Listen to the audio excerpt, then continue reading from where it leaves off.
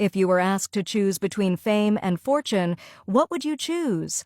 Each option has its benefits. However, when associated with the current phenomenon where people prefer fame without value, it is equivalent to showcasing foolishness.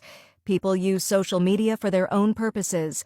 Regardless, it is the freedom of each individual. Some use it for documentation, some for sharing beneficial information, some for seeking attention and admiration, and so on. Here, let's emphasize its connection to fortune.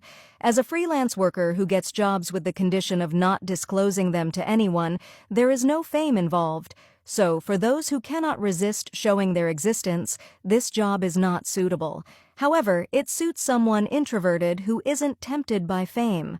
For example, when working with someone very thirsty for attention, for whom existence was more important than fortune, they would join activities with the goal of being posted on social media, but ran into trouble when the job they took had an agreement not to publicize it. There is another case where someone joins a project to gain a name. After joining, they disappear, as they only need their name to be listed in a project and act irresponsibly just because they don't think that money matters. It is not acceptable, especially if they depend on others to support their lives. However, the consequence is that clients will no longer want to collaborate with them, and their team members will not want to invite them to work on other projects. In this case, fame becomes useless. Yes, they are famous, but famous for their faults and incompetence.